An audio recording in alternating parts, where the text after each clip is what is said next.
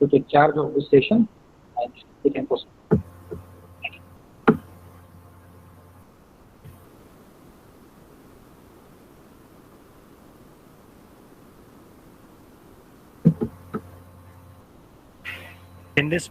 Shinde sir, please unmute yourself. Shinde sir.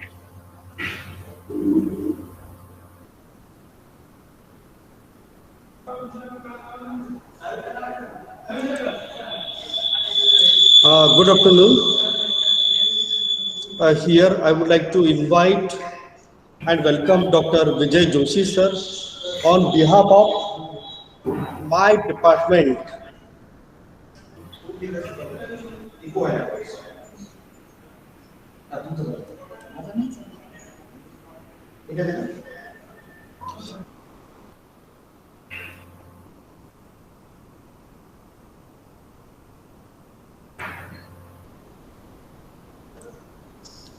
Over here, I would like to invite and welcome Dr. Ajay Joshi sir on behalf of my department and my college. He is the resource person of this first session of the one-day national webinar on conversion of Indian theatre performances on OTT, challenges and opportunities. Basically, he will deliver his speech on Indian folk performances and OTT. Dr. Ajay Joshi is a practicing dentist with a PhD in theatre criticism and masters in journalism and mass communication. He has been associated with theatre in India and abroad for well over 2 decades in multiple capacities as a professor, media person, curator, festival organizer, jury, researcher, translator, workshop facilitator, critic, compare and guide. He has traveled many countries like USA, Argentina, Istanbul, Tbilisi, Spain, United Kingdom, Sri Lanka, Italy, amongst others, for theatrical activities. He has designed and conducted numerous courses, presented theatre-related papers in India and abroad. He has translated plays from Marathi language into English and written extensively on theatre and culture in local and international publications. He teaches in different institutions while being a core group member of various theatre-related organizations. In addition, he is also a creative writer. He is the author of 6 books. He is the recipient of many prestigious national and international awards. Moreover, he has been the recipient of the esteemed Fulbright Fellowship for 2018-19, teaching theatre at Rutgers University, USA. Further, Dr. Joshi has a considerable impact in the theatrical field. Besides, over here, we are happy to host an interactive session with him about his experiences as a Fulbright scholar as he traveled across the United States of America, interacting with the theatre fraternity and beyond. This is the brief introduction of Dr. Ajay Joshi sir. With this, now I will request Dr. Ajay Joshi sir to begin his session. Dr. Ajay Joshi sir. Thank you, Shinde sir. Just before we start, I would like to just know if I am audible. Is my voice reaching all of you? Yes, you're audible, sir. Thank you. Thank you for the introduction, the brief introduction, Shinde sir. And I would like to, right at the onset, thank KKM College and Dr. Durgesh Ravande for inviting me over here. This is a topic theatre has always been very, very close to my heart. And it's very interesting, but I was again introduced to take the topic on future of folk theatre and the OTT. And I don't think that is going to be the main thrust of my talk today, because I'm going to be speaking about the future of performing art practices, performing theatre practices and the OTT. But this has been going on for the last, I've been discussing with Durgesh also, and this whole thing about whether I should be speaking about folk theatre or whether I should be speaking about theatre performances in general. And I was just wondering that at one end we have the folk traditions, which are inherent part of our being right from much before even theatre started, Marathi theatre, or you trace it anywhere across the country, and you realize that folk theatre in all its forms, and even when the OTT was not present, even when the pandemic never hit us, the folk performances were going on. But how many of us really bothered to even patronize the arts, the folk arts especially? And then talking about the future, I mean, they've been hit so badly during the pandemic, and I don't think we really did have done much even before the pandemic. And I'm not sure how much we will be able to support them. You have in a big city like Pune, where I am from, I see folk artists who are literally reduced to penury over here. I see them begging on the streets. Artists who have got skills, so I don't even see a future for them on this huge platform, which is completely governed by high-speed internet. And we talk of a country where, I mean, if you go out of the bigger cities, it is so difficult to even get internet connectivity. And then where do we then connect ourselves, or where do we associate ourselves with the OTT platforms? So I feel that the OTT is largely a very elitist kind of privileged platform which has been created, which is in a way, as we will see, interesting. It has been able to create some kind of a stopgap in this very horrendous period in which we are living right now, with theaters completely shut, no way in which we can have any access to any of the performances. And definitely we are way down the rung of preferences, even for the government to even consider to open theaters. And incidentally, I think now there have been an announcement that 5th of November being Marathi Rangabhoomi Din, they might start the theaters in Pune, and we're really looking forward to it. So it's been a very, very difficult kind of a time. And I think the previous speakers have theorized the whole concept of OTT and what the OTT is about, and so on and so forth. So I'm going to go into a lot of practical things, and I would like to share with you a lot of work which I feel cannot be captured within the frame of the OTT at any point of time, because theater is an experience. Theater is not just about seeing something. It is about experiencing the whole genre, the whole thing that is happening on stage. And like we all know, most of you all are professors here, when we teach performing arts, we say that amongst the three performing arts, theater, music and dance, theater is unique for the very simple reason, one, because it's a composite art. It cannot exist in isolation. It's not just one thing. Secondly, it is both literature and performance. So therefore, it has a dual kind of, there's a duality in as far as theater is concerned. Thirdly, it has to be, like Stanislavski said, that there has to be at least one person in the audience to complete this entire circle or chain of the performative experience that you're going to get. You could dance alone, you can sing alone, but doing theater alone is not possible. And more important is that it's a three-dimensional art.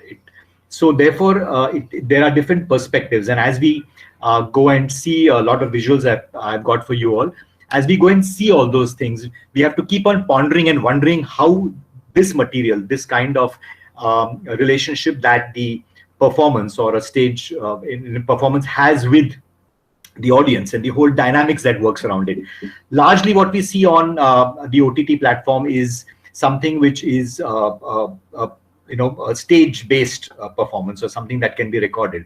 And I mean, even shooting a performance is so expensive. I mean, putting up a 3-camera thing in a big auditorium and trying to shoot it and then air it, there's a lot of finance involved in it. So I'm not really sure how much we have really geared up to take in a stage theater on. And over the past, even before the pandemic, over the past years, we have seen multiple experiences of plays being recorded and put up. And during the pandemic, we had Shreyas Talpade, who came up with 9 Rasas, who tried to create the platform, which Rishikesh Joshi came up with some kind of a collaborative between theater and the digital platform. But these have not really worked, because the experience of being there when a performance is happening and engaging ourselves and communicating with the business of theater both ways, for the artist also as well as for the audience as we watch And nowadays we see theater which is beyond the proscenium. Proscenium has been a colonial hangover, like we all know that. But traditionally, Indian theater was always something beyond the stage. We used to work in temples, we used to work in open fields, we used to work in houses, we used to work in courtyards, we would work in any available space. So whenever we are talking about the OTT and performance, we are invariably talking about something which is proscenium based, but nowadays you see so much of work being done outside the proscenium, and which it doesn't really come in to the performance. But having said that, on the flip side, I think somewhere the world has come closer, because we were able to now see, even if they were streamed and even if they were a two-dimensional flat performance, but we were connected to Broadway, we were connected to theaters in UK, we had streamings from NCPA, we had streamings from small little theater groups in the country who wanted their work to be put up, and efforts were done. We could sit at home and we could do it. We didn't have to really worry about intervals, we didn't have to worry about disturbing anyone coming and disturbing us, we didn't have to worry about booking tickets, nothing. We could sit in the luxury of our house, but sadly in isolation. You would sit alone and watch a performance. But this whole business of the community coming together and watching, along with us, we have another 50 people who would be watching a performance, and the joy of experiencing, laughing together, crying together, booing together, maybe clapping together, that entire experience is something that I don't think now or ever down the line the OTT platform is going to fill in. And I don't think theater is meant for the OTT platforms. We can see it. We can see the stories. Like, I'll give a small example. When I was in the US, buying a ticket for any performance on Broadway is close to impossible, because if you go as a tourist, or even for the local people, $350, $400, $500 to watch a large-scale musical, which is impossible. But here, during the pandemic and the OTT, I could actually see it. Sitting at home, I watched Cats, I watched Phantom of the Opera, I saw Mughal-e-Azam. So it did come, it did reach us.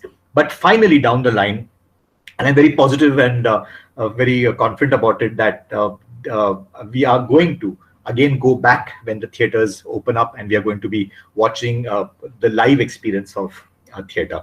So of course, then the entire economic structure of OTTs, of kind of shelling out money for paid channels or selecting your work, all these kind of things are something that really need to be debated and studied. And I think as yet we have not had that quantum of content of theater, basically, when I say theater, onto OTT platforms, for which you can do the survey. But researchers can definitely take this up at some point of time, couple of years down the line. But by that time, I think the COVID will be off, and we'll be back to our rehearsal spaces, intimate theaters, watching, interacting, fighting, jeering, and enjoying ourselves.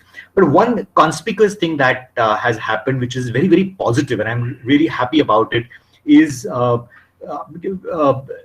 entire theatrical material being unshackled from the tyranny of censorship. Okay, so I don't think we'll go in detail into this, but I'll touch upon this whole issue because I think in the state of Maharashtra and Gujarat, there are only two places where the censorship board is in existence, and every single play which has to be performed has to be censored, and unless that is done, we cannot do any performances. And this has been a hindrance. I mean, all of us have been teaching, and we realize that right from the times of Tendulkar, or even before that for that matter, the censorship, whether it is the government censorship, whether it is private censorship, whether it is moral policing, but censorship has been part of theater. And at times it has been, one really wonders why a certain play is not allowed to be staged or not be done. There's a long history. Maybe another webinar we can just talk about censorship and the arts. And there are numerous examples where this has. But now what I realize that in the OTT platforms, the issue of censorship is not coming up. Therefore, we have been able to see very good uncensored quality of work. And I'm not only talking about censorship of vulgar or scenes which are more intimate. I'm just talking about the entire freedom to express ourselves the way we want it. Yes, it has had its negative points, no doubt about it. But but the fact that if I want to say something and I have the artistic inclination or have the right attitude to it, I have been able to express, and it has been received. This was the first thing which I find very, very positive from the OTT point of view. The second thing is, I don't know how it works in different parts of the country, but in Maharashtra, we do have this little thing called as the strugglers period, So when students have finished their workshops, they know theater, or they have finished education, they actually go into the big world trying to find work, okay? And in a place like Mumbai, everyone seems to gravitate towards Mumbai for probably the entry into cinema, whatever it is. But there's an entire colony of people, of young artists from National School of Drama, from the FTI, from Teaching Institute, maybe even from some of your colleges where you all are teaching, who are just lining up, giving their portfolios and doing auditions day in and day out, relentlessly. And I really wonder how long it is going to be when they really get their break, and whether it is really worth it, whether it is financially viable. But the OTT platforms actually gave a lot of work to these youngsters, and it was fascinating. I mean, I love to see very unknown faces, but doing a phenomenal amount of job, who otherwise would have never got that little break. Maybe the watchman, or maybe a police inspector, or maybe a ward boy in a hospital. Interesting characters were developed, and there were so many people there from which you could pick up. And I think this is an experience which all of you would have had, this platform really, really gave a lot of opportunities for young people, young theater makers who have invested a lot of their time and efforts and artistic skills, but not getting the right break. But OTT did give that platform, and which was something which was really, really encouraging. Okay, so with this little introduction and little apprehension from my side regarding how nice or interesting the OTT platform is, it has its plus points, it has its negative points, but at the bottom of it, I can very confidently say that as far as theater is concerned, it has not been and it will never be a very interesting platform. You'll be able to see the plays, you'll be able to watch world cinema, like I said, cinema also, or theater, whatever it is, but the experience, the emotional connect, and the physicality of association between the agency of performers, audiences, and the whole machinery that goes into making the play, the rehearsals, all these things I think are going to be missed out, one. And secondly, a large part of the artistic community, theatrical community, is going to be cut off from it, because if I may have done a wonderful play, but if I do not have the right contacts in the OTT, or if I don't have enough finances, or if I am not able to raise funds to shoot my performance, what happens? Do I just say, I mean, so we are going to lose out a lot of material. And I think the privileged few who may get patronage or whatever will be able to show their work on the OTT platform. Okay. With this, I'm going to take you on a little journey of my personal experiences. And every time I look at these images and these visuals that I will be sharing with all of you, I really wonder that whether I'll be able to get that same kind of, after years, whenever I visit these pictures, photographs that I took, the experience is different. And it's very difficult to forget, because it is not just about having watched the performance, having watched the movement, having met a certain amount of people. It is a whole experience that goes along with it. And here in the OTT, I just see that I see it and I can come away with it without experiencing anything beyond my living room, beyond my kitchen, or beyond my bedroom where I'm sitting and watching. So I'm not really engaged with it beyond hearing the story which has been told. So I'm going to share my screen with you, and we are going to go through some of these slides which I would like to share, because I thought this would be an interesting platform to share the enormity of work which is available in the country, which never was brought to a central forum for discussions or talk, or which would probably never get a chance to come on the OTT at all. Okay, because right now, like I said right in the beginning, that OTT platforms are largely going to cater to the proscenium stage, where you can shoot a proscenium or proscenium-like structures, where there's a typical stage and the audience, and there's a distance between the audience and the performance. So from the performance point of view, I will be sharing some slides. While you're watching them, of course, the experience is something which I have had, which I will try to kind of share with you. But experiencing something, a theatrical performance on your own and being part of a process, is different, no matter how much I explain the details. Okay, and always keep in mind that will this kind of work ever find its way onto the OTT platforms? Is it really possible to do that? Okay, so do allow me to take you on a little journey of this, and then we'll open it up for questions and interactions and whatever you all wish to share and talk about. So I'm going to share my screen. A minute, please. Screen. Okay.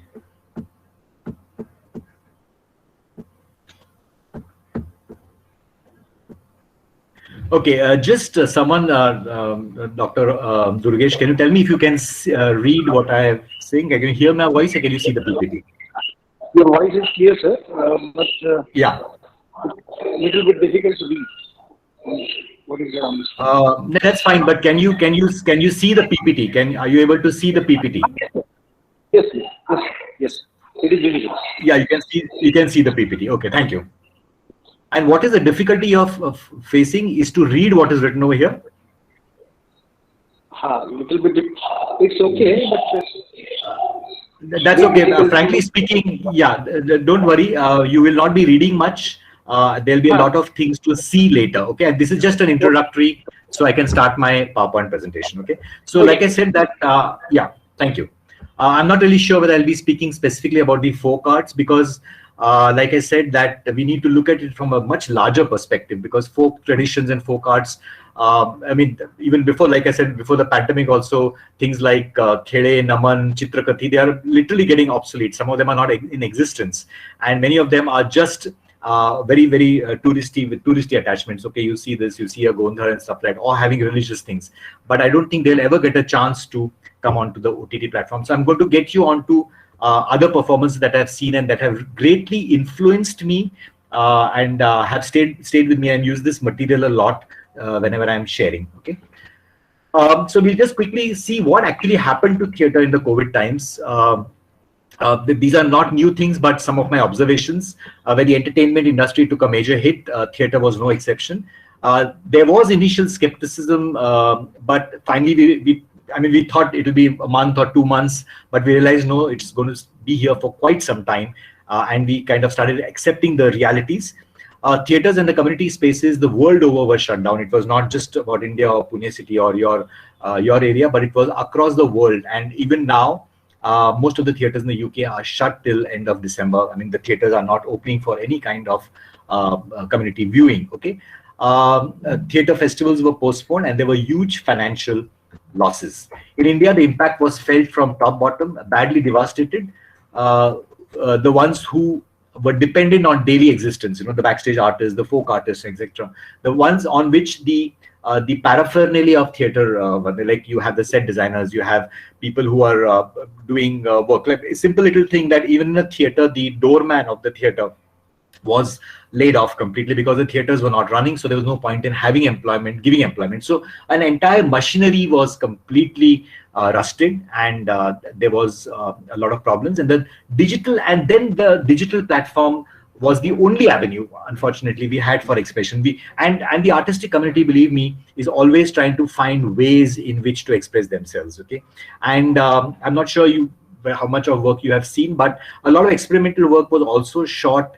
Mohit Takalkar did have a very interesting piece which he tried to do it, but again there was an emotional tiredness, there was an exhaustion, there was a fatigue to watch work happening over here. And again, the whole system of ticketing and screening and accessibility as well as connectivity and so on and so forth always had its poke outs, making things very, very difficult. So the advantages are, yes, we had access to World Theatre. We could see, we could afford to see performances which on normal basis, it was extremely difficult to watch any performances of the Shakespeare's or large musicals or experimental theatre done in different parts of the country, but they were, because they could afford it, so they could stream it. And whoever had that kind of access, or some of them did come onto Netflix, and we were able to watch some other performances.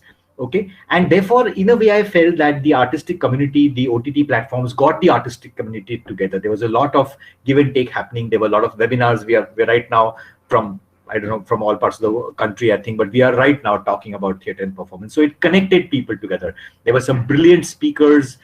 There was a lot of many workshops were happening online. There was improvisation, no doubt, of workshops, because doing theatrical workshops in person is different than doing online. It's exhaustive to do it online, but efforts were being made over there. Okay. So like I said, we had master classes. We saw important works of art, whether it was performance art or the kind of stuff, we could get that thing. So there was a lot of exploration of possibilities. So it did open a possibility. Whether it worked or not worked is a different issue, but a possibility was opened to stream theatrical work. Okay. But again, there was technology. So there was a lot of difference as far as using technology. So maybe in a bigger cities, it was much easier to get people who are technically sound to be able to record or upload and so on and so forth. But what about the people who are not technically sound? What about the people in the rural areas? What about places where the connectivity was a major problem and so on and so forth? Okay, so technology came in a big way. It really hit us and it really tsunamied onto us, but many of us were not capable of using that technology to get ourselves onto the OTT platforms. Okay, and of course there were many collaborations which we saw. The shortcomings were that in the enthusiasm to do work, in the enthusiasm to express, in the enthusiasm to get your work across to as many people as possible, to bridge that kind of back, there was an overload of artistic presentation. I remember at one point of time last year I said, enough, I don't want to watch anymore, I don't want to hear anymore, I just want to be with myself, because every single day, every moment rather, there was a lot of work coming up. But there was, and therefore there was a mediocrity of work rated. I felt that a lot of work people were maybe singing onto the Facebook, or they were doing play readings, or they were having stand-up comedies and so on. And then there was exhaustive amount of work, but there was a mediocrity of work, because something they needed to, it was pent up. So there was some way to release. And therefore, I felt there was a lot of mediocrity of work which was created. But important voices were unheard. And here again, we come back to the folk artists. What are the ones who were in the marginalized communities, the people who were not reachable, the people who had good quantum of work and stories? I shall show you some of the things. These voices were not heard. So only the privileged, the elite, let's say, or people who are more centric to urban establishments got a chance to talk and show themselves. But a lot of voices, their problems, forget about the shortcomings, but even what they were going through, the problems they were facing, and so on and so forth. Even an appeal for funds had to be done through someone else. So there was no avenue for them to directly do it because of all the reasons I'm just talking about. Okay, so there was a limitation of reach, and technical glitches were there. Then again, this whole thing keeps coming back to me, is that we are on the OTT or any kind of a screen that we see, we are always watching a two-dimensional image of the performance that is happening, and this completely defies or completely challenges the basic foundation on which theater is based. It's a three-dimensional art. Okay, watching a painting or watching a sculpture, for that matter, watching a sculpture in a two-dimensional is a completely different experience than actually moving around the sculpture and watching it in three-dimensional. Okay, so theater is also that way, that you need to see the depth in theater, otherwise it becomes a caricature, it becomes very cut out kind of a thing. Okay, and many questions arose. How do you identify with this work? Can it all be documented? Can it be critically analyzed? Can you actually critically analyze a work which has been put up on OTT platforms? Can we call this criticism, and so on and so forth? So there was a lot of debate which was happening, and such kind of the questions were kind of just thrown in, and it was very difficult to find out what exactly needs to be done about it. Okay. Now here, after this little introduction, I think throughout the day today, these issues are going to keep coming in. So there was people are going to talk about it and so on and so forth. But now let me take you through some of my own personal experiences in the theatric world. Something which I'm sharing a lot as much as I can, but something which I again realize will have to be experienced when you go there and see how it all functions. Only then can you, no platform now or years down the line is going to replace the actual human experience of being in certain spaces. Okay, so there are many as I've traveled across the world, but I'll just take some of them and share these images with you, and then we'll see, and I'll give you a little commentary about each of these, and then we'll try to see if we can open it up for some Q&A. Okay.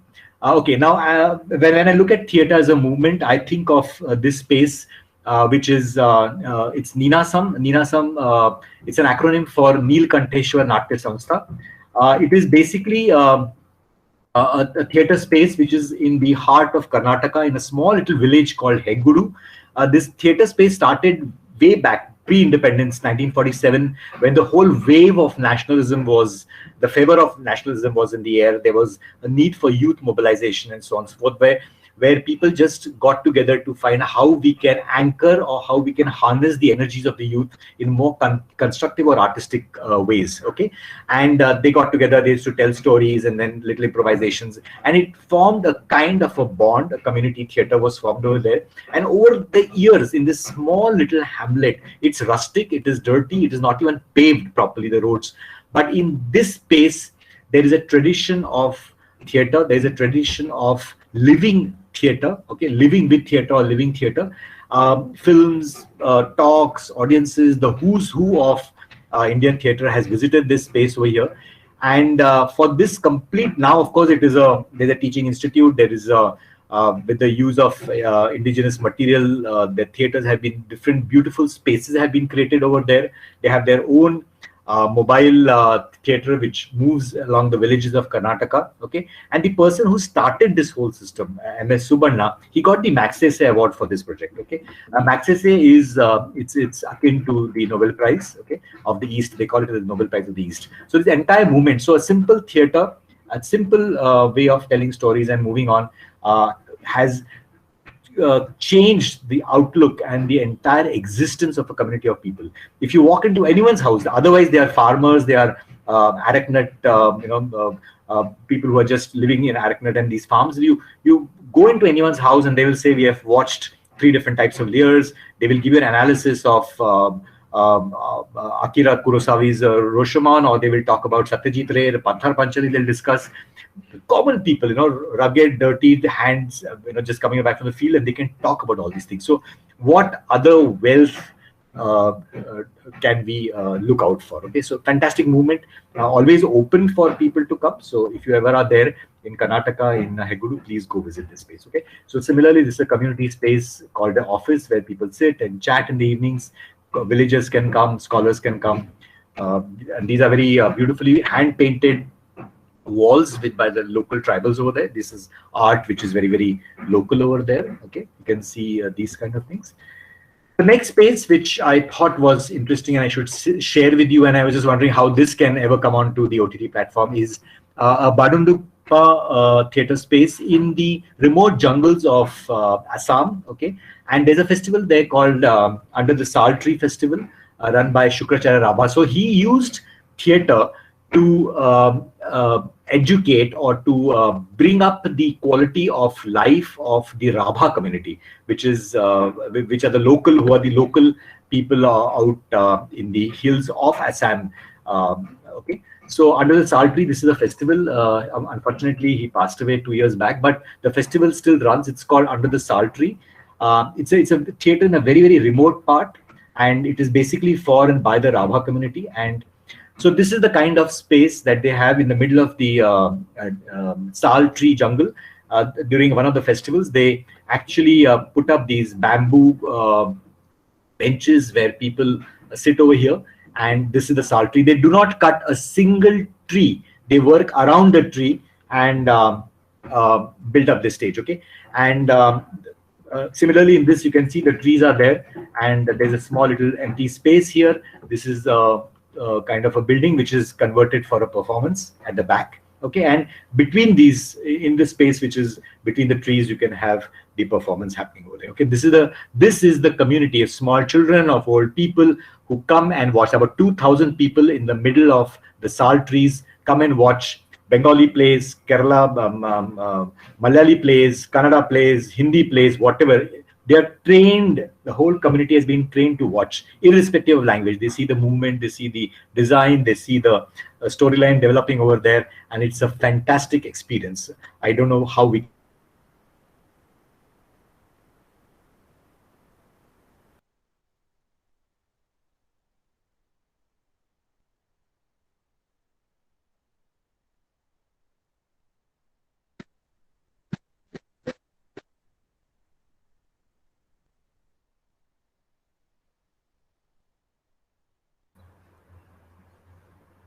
It's not audible, I guess. Just wait for 2 minutes, sir.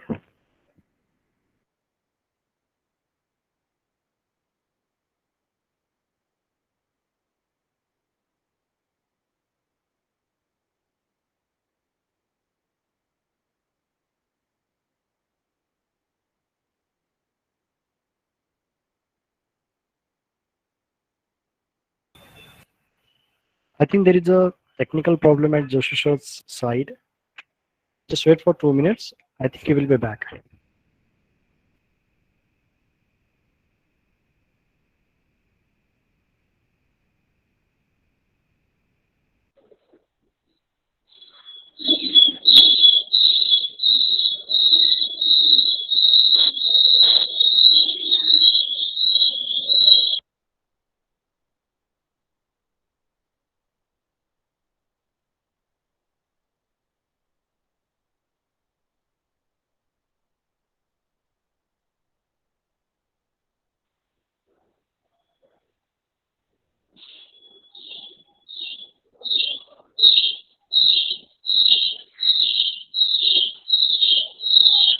Kindly bear with us for 2 minutes. Joshi will be back.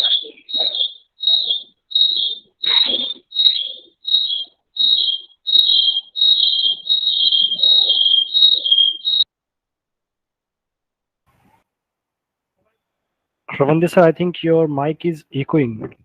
Will you please check it out? Both devices are working on that. That's the problem. Wait for me.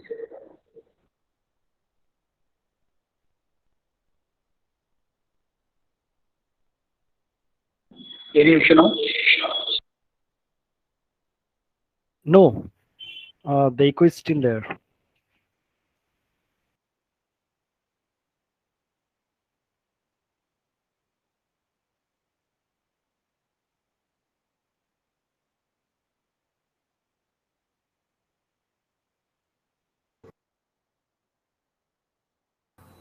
Okay, I'm sorry. Have I come back onto the platform? Am I back here? Can you hear me now? Yes, sir. Okay, I'm sorry. I'm going to go back to my screen. There's a connectivity issue here. I'm going to just present myself and let me know if you can hear me. And if you don't hear me, just interrupt me in the middle because I don't know. I keep on talking, but just tell me that you can't hear me. Then we can restart again. Okay, am I audible now? Yes, sir. Okay, thank you. If I go off, you don't hear a sound, please stop me immediately. Just interrupt my flow of discussion. So this was one of the performances. Like you can see, a very different kind of design, a different kind of sensibility that comes up. The third thing which I want to talk to you about is theatre for community engagement. Dr. Rawande here has done his, I think his thesis or something was based on this. Jhadipatti Rangabhumi.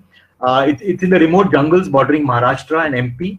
It's been there for the past 125 years. Normally in the post-harvest time between October to March. It's a traveling kind of theatre with complete community participation.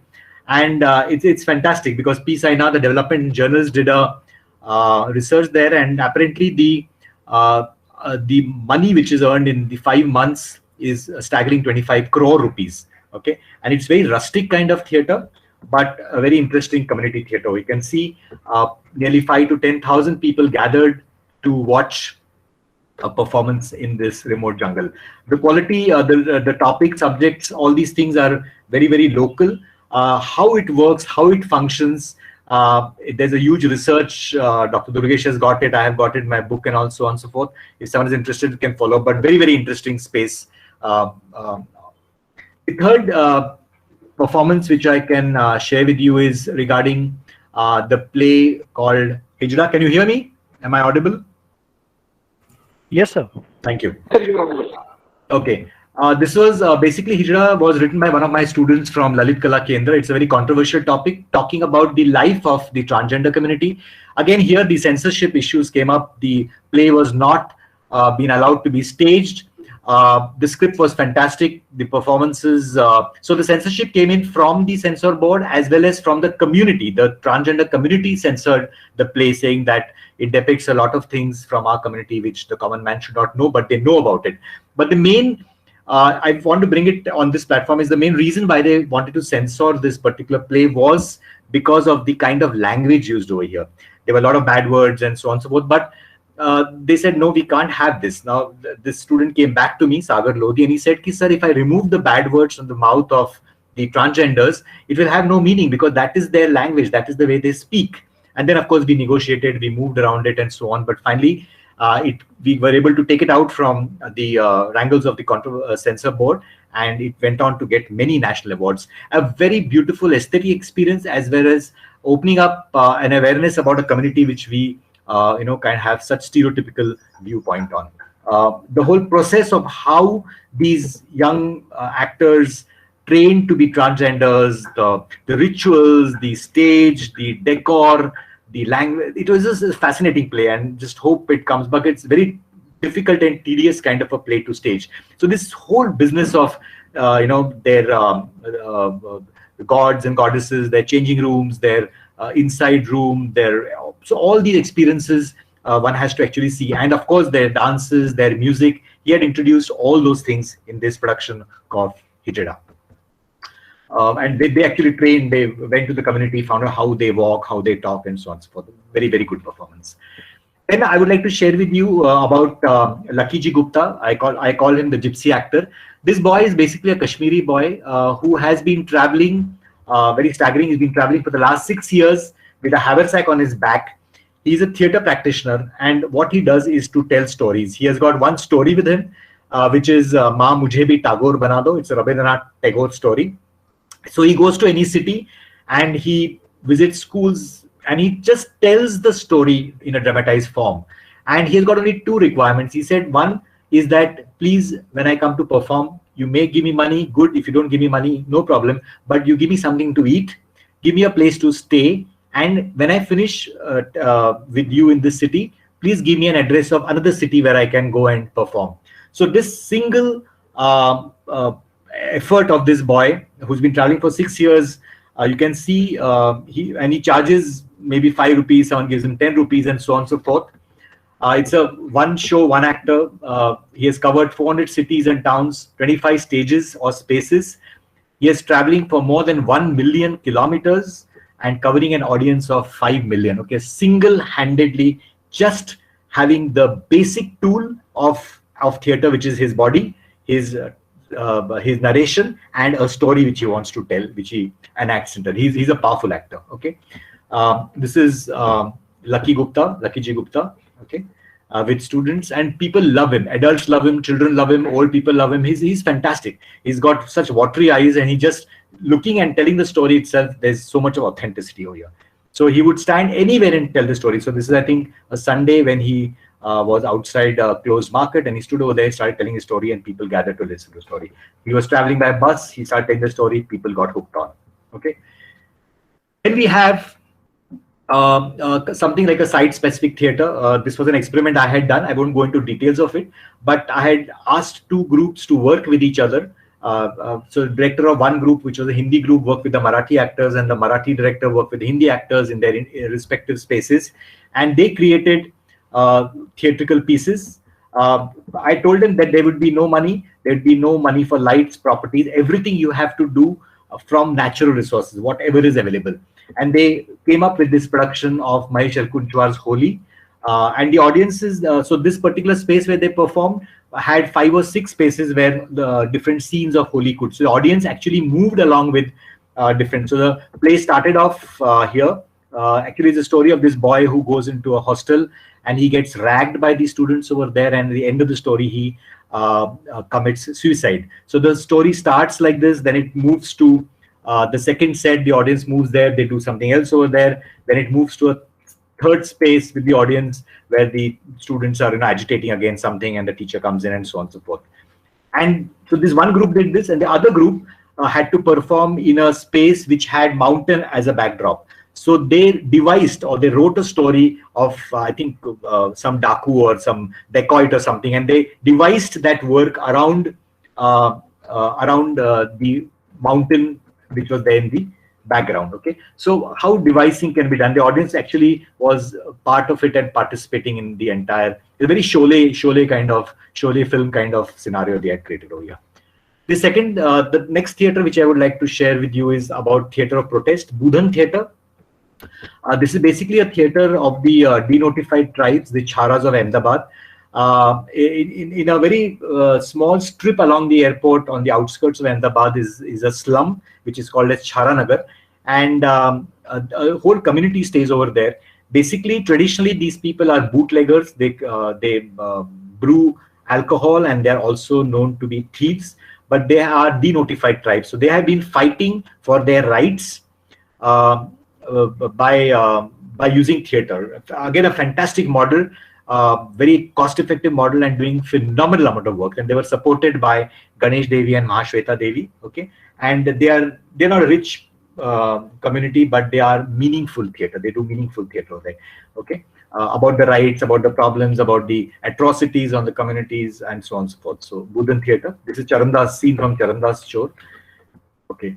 Then we have theater of the oppressed. You know, Augusto Boal's technique. The South American philosopher, practitioner, who came up with this whole technique of bringing out the stories or problems of people through a theater formatting, which is his technique. It's called as Augusto Boal's technique of theater of the oppressed. Okay, largely a story narration is done, but the end of that story is left open for the audience to come in and give their judgment of how that story should end. Okay, something like a forum theater.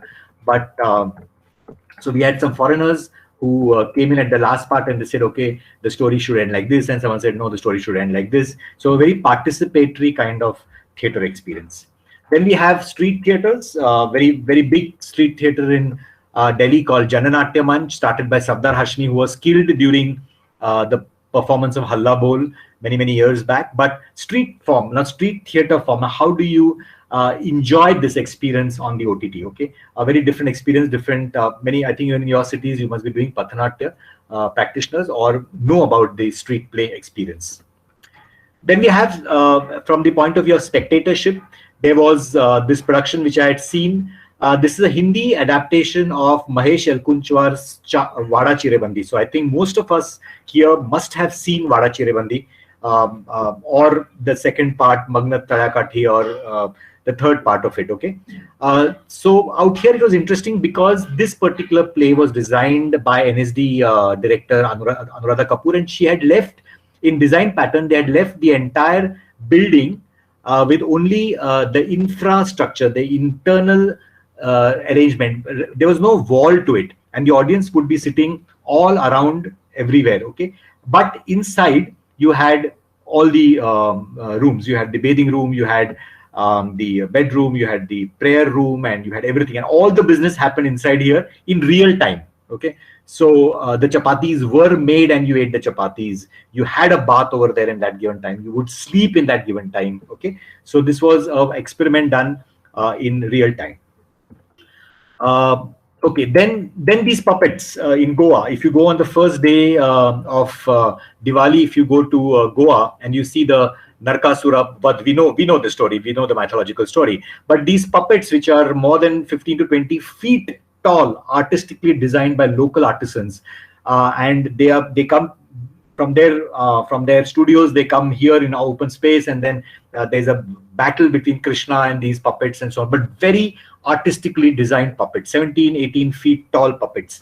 And I used to always wonder how these puppets move. So in the bottom skirt of this puppet, there is arrangement for 15 to 20 people to stand, and they actually move the puppet physically along the road. Okay, so this experience, how does one capture this experience over here? Then we have Kalyani Mule. I think most of you, if you have seen the film Nude, would know Kalyani Mule, a very well-known actress now, of course. So she came and did a performance in my gender class called Unseen, a very powerful performance, talking about sexuality, talking about feminism, talking about the male gaze and all these issues. Okay, so that was Kalyani Mule performing here. How do you capture these now for the OTT platforms? Then, of course, everyone knows Jambul Akhyan, very traditional Gondhar, which is there, talking about the life of Vitthal Amap and Nandakumar Amap, his son. So they both have been doing Jambul Akhyan. We had got it in Pune to stage. Beautiful experience, but this three-dimensional experience, I don't think anyone will be able to get it on a flat screen. Okay, beautiful renditions of music, voice, and so many other things. Okay. Then this was a performance in my house. I have a fairly big house where many times I give to my friends if they want to do a small little performance. So we had a performance here. About 50 people were in my house, and these three characters were there doing a play called DNA. There's a ground floor also here, so the staircase was also used as part of the performance. So altered spaces for performative representation. Okay, then we have Chitrakati. All of you know a very old folk tradition of Maharashtra in the outskirts of in the Sindhudurg region of Maharashtra, and telling stories through Chitrakati. So I had taken this performance to Karnataka, to Ninasam actually. We had giving them an explanation of how, and very sadly, I think he's the last person, Chandrakant Maske, who is doing Chitrakati. His children now are educated, they're moved away, and the same plight of the folk artists, that the next generation, because all these are oral traditions, there's nothing written down over there. So how does the next generation take up? It's not expected that we can't earn money here. So they are computer engineers, or they have gone for bigger cities for jobs. So, but these arts are completely dying here. Okay, so this was Chitrakati. This is one of the stories of Hanuman. Now I'll take you to some of my experiences in when I was in the US. Interesting concepts which are yet to find way. It's small pockets, you see them in India, but not as much as it is practiced. This is called agricultural theatre. So it's basically on the east coast of the USA. This theatre group of just about 5 or 6 of them, they own about 100 acres of land. Okay, and they grow their own food, their own vegetables. They rear their own livestock and so on and so forth. They live over there in that village, and they use the natural mountain space of their 100 acres to do theatre. And the villages, it's a huge celebration of theatre once a year. So they do this in this space. Okay, it's called Double Edge Theatre. So you can see that this is a mountain slope of a mountain, and these kind of props are created and some kind of performance. And here nature many times comes into their play. So you might have a play going on the whole night, and suddenly you have sunrise, and that sun comes up as a backdrop to that performance which is happening. Okay, am I audible, or have I gone off air again?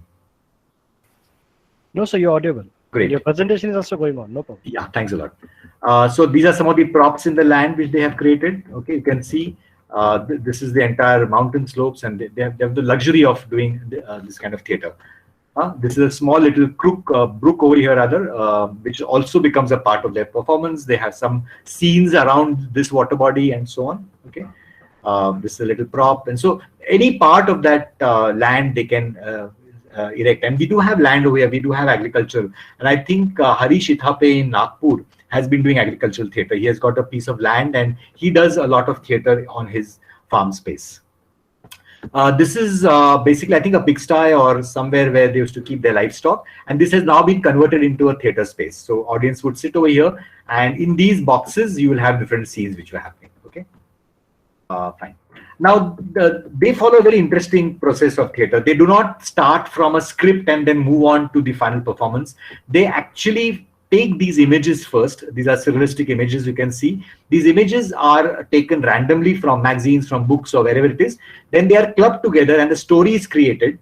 Okay, trying to see how this image can join with this image, or this image may join with this image. And a storyboard is created. And then the dialogues and all those things go on to a production, but a very different way of creating work.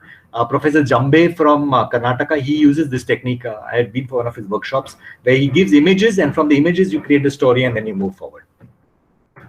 This is another experience which I would like to share with you.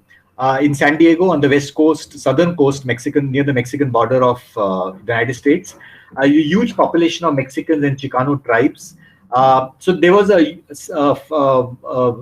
flyover which was constructed through their land, and it took away a lot of their land. Many people became homeless, but this particular tribe they got together and they reclaimed a certain part of that, a small little park over there, and they made it in such a way that no development would take place over there. But now it has become a UNESCO heritage site. That particular, it's called Chicano Park in Logan Heights. Okay, it's a fantastic experience here. You can see part of this land. You can see this flyover which has been built, state flyover, and this part was their land which they have commissioned local artists to paint on these pillars. Okay, all these are commissioned artists, local artists who were paid some amount of money, and we had a very beautification of this particular space. Performance happen there, art happens over there, classes happen over there, and this has become a very important tourist attraction also. Okay, and the entire history of this tribe has been painted on the walls wherever they could find empty spaces. Okay, along the flyover and so on and so forth. Then we had this brilliant performance of a French performance done by a painter. I just hope I could show you a clip of this, but it's a performance of this artist who. Okay, let me just give you the little backdrop of this. We walk into the empty warehouse, and we take our seats, and on a corner of that warehouse, there's some 4 levels put over there, and to create an elevation, and you have this metallic strip at the back, just a metallic strip. That is the stage, and this gentleman in his suit and tie, he's moving around this space, mumbling something to himself. Okay, he does this for about nearly 15 minutes. He's oblivious of who's there in the auditorium or whatever it is in that warehouse, and then after about 15 minutes, he gets onto stage, and on stage in front of this metallic backboard are 2 buckets, one with water and one with clay, and a small little tin of red paint and black paint. And then afterwards, he goes in there, he's mumbling to himself, there is no other sound. He takes some clay, he puts it on his face, he paints, he makes a face there, he sets it up with the water, then he puts his hands in the black paint, and he creates his eyes in that clay, and then he creates a mouth and so on and so forth. And he keeps on distorting his face, and after he's loaded, he takes that out and he splashes it on the backdrop. It's like a splash of a brain burst or whatever it is. Okay, and then as he's talking, his voice is becoming more and more hoarse. He rips apart his clothes, he creates breasts over there, he cuts them off. So it's a whole mutilation of how mankind and its way of thinking has deteriorated. A brilliant performance by this boy. So you can see over here, he has put sticks in his face in the clay and so on and so forth. So I asked him at the end of it, I said that when you have so much of plaster on your face, how do you see the audience? How can you see where you're going? And he gave me a very interesting answer, which I would like to share specifically with you regarding this. And he said that, what he said to me is that I am a painter, okay? And when I am doing this performance, I'm in a habit of looking at myself from the spectator's viewpoint. So this is something very rare in the artistic world, where a painter or a sculptor actually looks at it from the viewer's point of view. He said, therefore, I get my perspective. I know exactly where the audience is, and I'm looking at myself outside, so I can judge what I want to do. So I thought that was a very encouraging kind of a statement. Again, an experience which I don't know where I would be able to get it unless you have to see it. Then we had this Czech Republic, this lady called was a dancer, ballerina, and a very beautiful blend of movements, dance, multimedia, where the backdrop, the cyclorama, had images and the dancer in the foreground talking the story. It's basically of a story of a girl, young girl who comes to, who realizes at a very, very early age that she's having gender issues. She's more of a man than a woman, and her entire life, as she moves on, the way society blames her for so many things and so on and so forth, the trauma she has of choosing between, which bathroom to go, the male or the female, and so on and so forth, till the end of the story where she dies. So we have this dancer who tells the story in dance movement. So these images on the cyclorama, at times they are, the dancer stays away from it, and at times the projection happens through her, as though she's embedded in the design at the back. A very beautiful experience, live three-dimensional experience. Then we have playback theater done. Normally, this technique was an American technique where audiences are requested to come up, and in the front of few actors, they tell their story, their problems, their issues, whatever they are facing. And then within no time, without rehearsals, without any kind of thing, the actors immediately, through music or movements or improvs, they come up and tell the story of that person and the audience. So this is used, this particular thing, Ben Rivers is a psychologist who's working with the Palestinians. And so this is a way of catharsis. They use this in which people feel a relief to tell their stories, and the actors do the enactment the way they have understood the story, and then they ask the person that, do you think that by what we did, your story was told? Okay, a very beautiful way of helping people to open up by using theater. There's an actor who is doing the story. Then you have children who might, like the Pied Piper of Hamelin, children would follow him all over the place. And of course, very typical in Palestine, the actors many times in their acting spaces are stopped by the local police. They are asked not to perform. At times they are arrested, and so on and so forth. Okay. Then at this point of time, I would like to also talk about this production called Draupadi.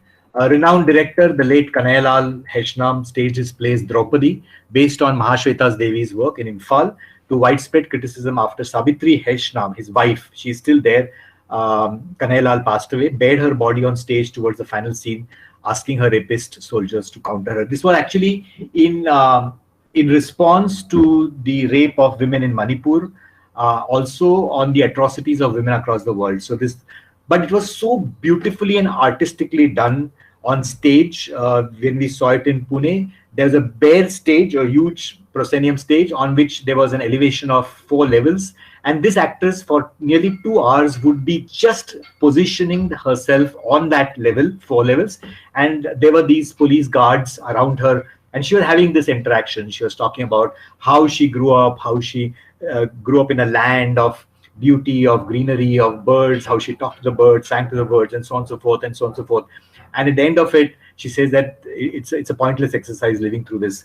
And then she has a constant dialogue with the security people who are surrounding her, and asking about their lives and whether they, and so on and so forth.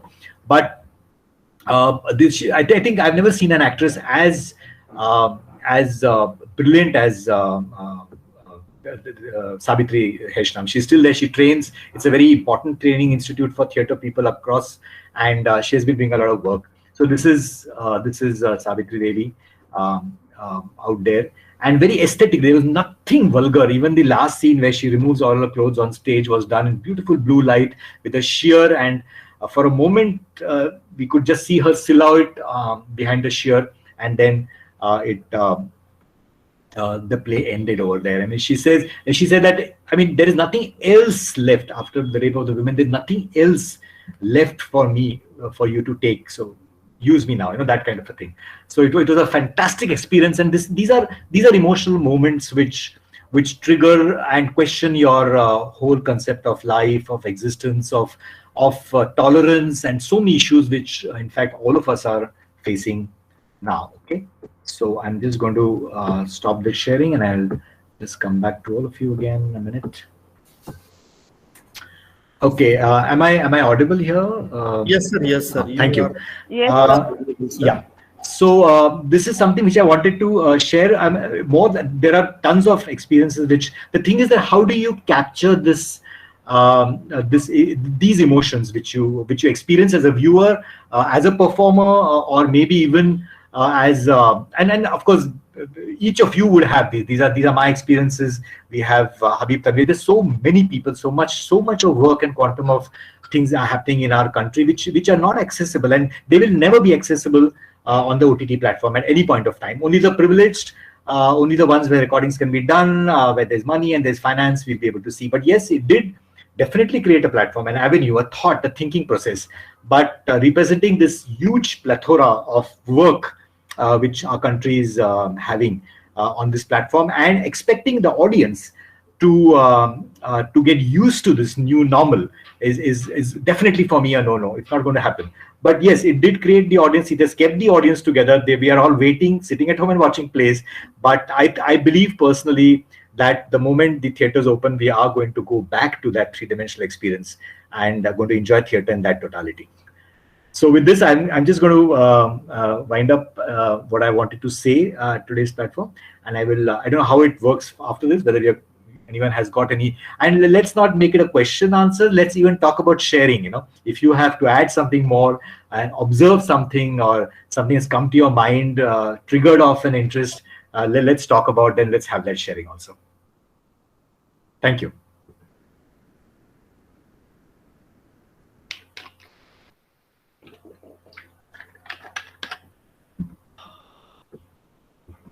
Shinde sir, I think your mic is, you're on mute mode.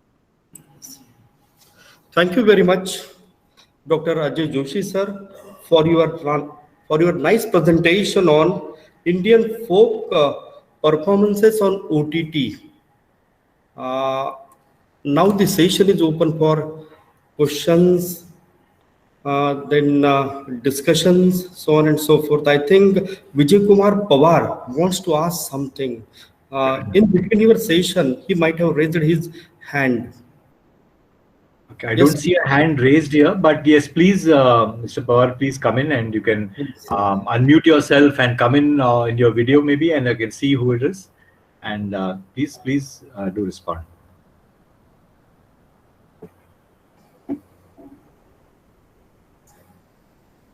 Vijay Kumar Pawar, is that right? Are you there? Can you, yeah, you're not audible yet, so please come in.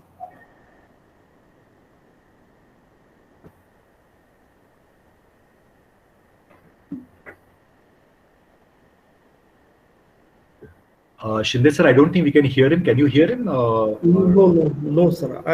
I'm also not listening. Is he here? Is he still logged in, or is he logged out? Yes, he is here, sir. But okay. Is there anyone? Excuse me, sir. Subhash Shinde, sir. Am I audible? Yes. Yes. Shivaji Mehta, you are audible. Yes. Joshi sir, this is Shivaji Mehta from Mumbai, and I have some rural background. I am born in a small village. I have seen these local theatre in my village, and then subsequently I came to Mumbai for the bread and butter. I really wanted to. I'm really mesmerized the way with which you have given the entire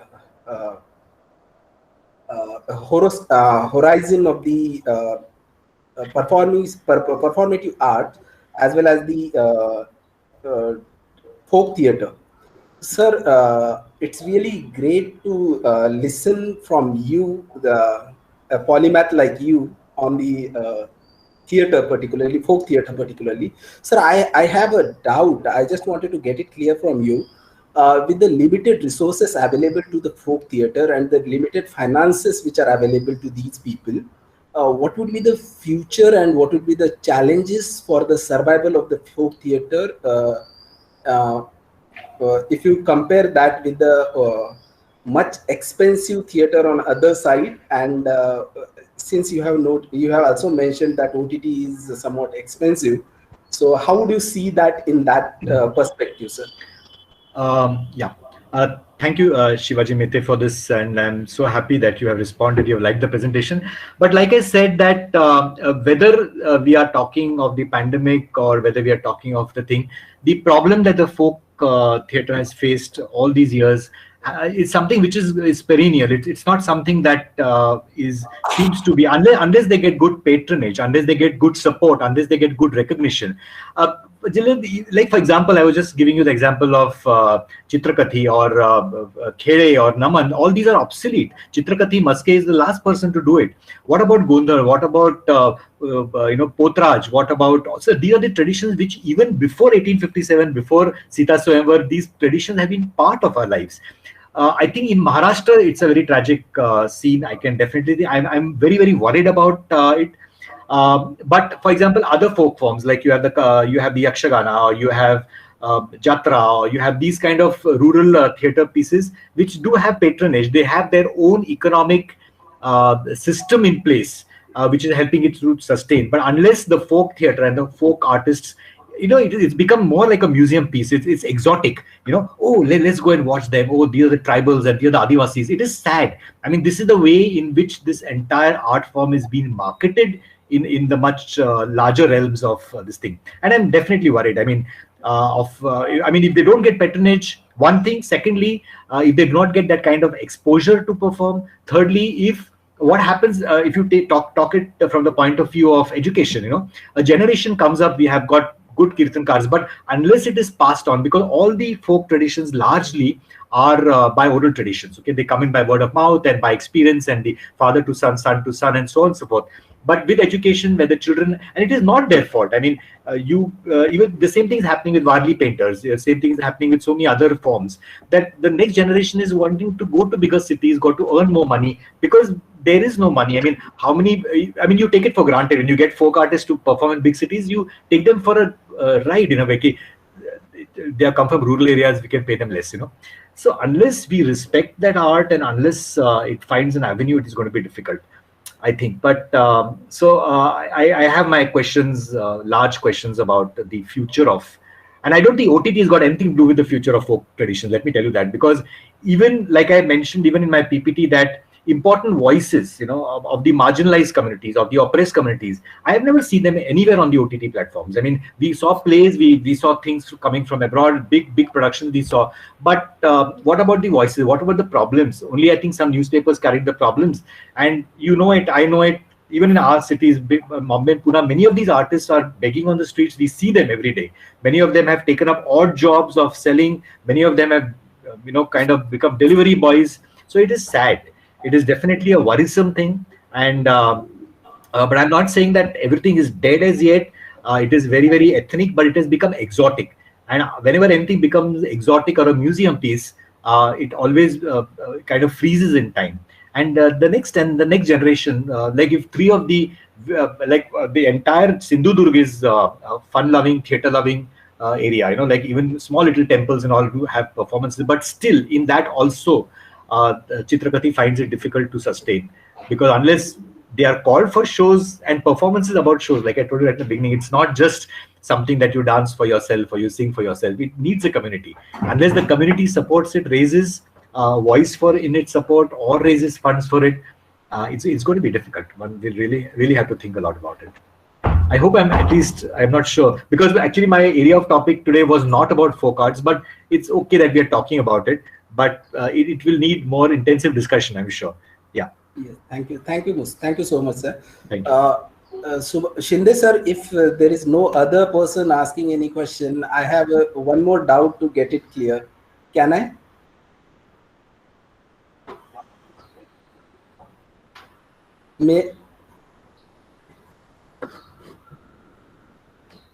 Am I audible, sir? I think he's having a bandwidth issue. Shinde sir is frozen slightly. He's come back, I think. Joshi sir, if there is no other person asking any question, please go ahead. May I? You talked about agriculture theatre, sir, you are allowed to and ask you have the given some of the references, and if I'm correct. Thank you. Thank you, sir.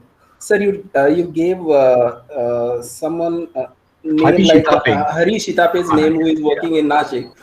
If I want to explore into this area, is the literature available? Hello. Yes, sir. Sir, sir, you may ask the question. Okay.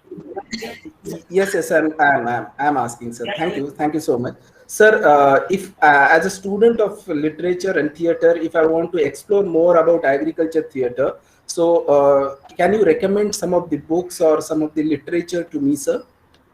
No, I don't think it's been documented so extensively in India as such.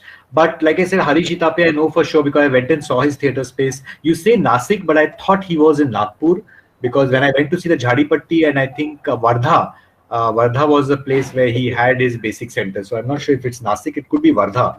But I mean, we need to look into it. I don't think I've got any books offhand which I can recommend to you, but we can keep on talking. You can take some material, you can take my contact from Dr. Durgesh, and I could probably find something and let you know. It is start you on something, but Hari Shitape would be the first personal contact which you can start off with. I'm sure he's got material since he's doing work in that area.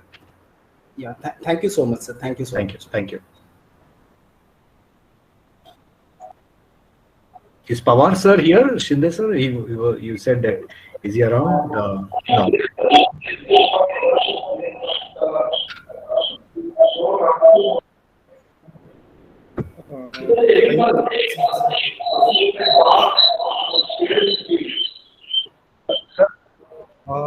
He's here, sir.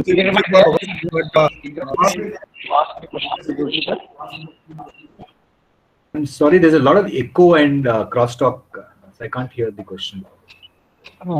Shinde sir, can you go on mute mode? I think I can hear you, Durgesh sir. Now. Okay.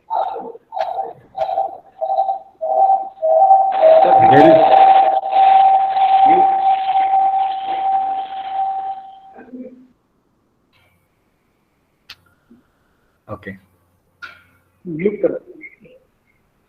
Okay, sir. Thank you very much for your presentation on this specific topic. As you have stated, sir, folk performances have their own issues. Even before OTT or emergence of OTT, they had certain serious issues. So my question is a little bit different. Would this newly roused or emerged platform may have some benefits for folk performances in our country, or whether this platform is going to help to some extent as far as documentation or kind of performance of our conventional performance systems? Durgesh, I feel that basically it will be a question of, I think it could survive if it is taken up as a project academically or performatively. Performatively, no one takes up projects, but academically, if it is taken up and if it is showcased in some way, yes, the platform, because one thing we need to accept that OTT definitely has a good reach. Okay, the connectivity is good. It can, you could air it and it could. So if a specific channel is created where the folk arts or the folk music or folk paintings, if they can be showcased in a different kind of package, definitely there is scope. But someone needs to fund this program. Someone needs to be excited about the folk traditions of India. We had Balwant Gargi long time back who wrote a lovely book on the folk traditions of India. So one really wonders, with changing time, with the entire switch from theatre to cinema, the challenges that cinema is also posing for theatre, I really wonder whether anyone would be so keen and interested in promoting folk art. So this is something which I have my reservations right now, unless you have someone who will be able to fund us, unless someone who will be able to take it as a good project and think, then there's a possibility. Having said that, especially for the folk traditions and the folk artists over there, a one-time kind of a patronage is not going to work. You'll have to have a sustained effort to keep them afloat. It'll have to be something which has to be planned, which is sustainable, not something which is just showcased. Showcasing can be done many times when foreigners come in, they showcase. The OTT platform can be showcased, but something which will have to keep on doing it to keep the memories of people alive, to the traditions which are there. That's the way I'm looking at it. But we'll need to have someone who will have to take it up as a good project to float this idea. And I'll be very keen to if something like that happens.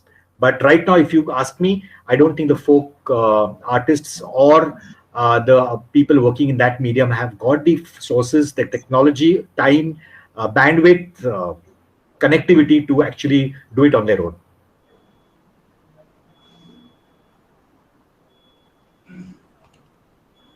Thank you, sir. Yes, is there anyone who would like to ask or share his or her views?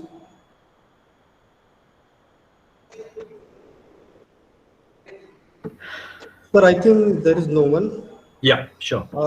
Yes, sir. So at last, I will request my colleague, Professor Kapse, sir, to propose the vote of thanks for this session.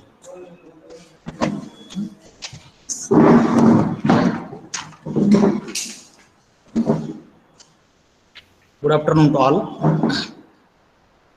One-day national webinar on conversion of Indian theatre performances on OTT, challenges and opportunities, organized by Department of English, KKM College, Manwar.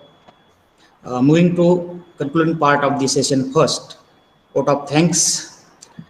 I am very much thankful to Dr. Ajay Joshi sir from Pune, renowned theatre scholar and Fulbright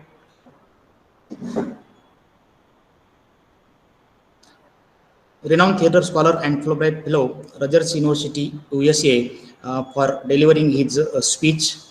I extend my thanks to all the participants who have joined this session, and some have also raised questions leading to a fruitful discussion. I am also thankful to our Principal Dr. B.S. Munde sir, Vice Principal Dr. T.V. Munde sir, and my departmental colleagues Dr. Subhash Shinde sir and Ravande sir for well organization of this webinar. Thank you all. There is an announcement after a break of 10 minutes. Second session of Dr. Siddiqui sir will begin. Thank you all. Okay. कुछ रहे?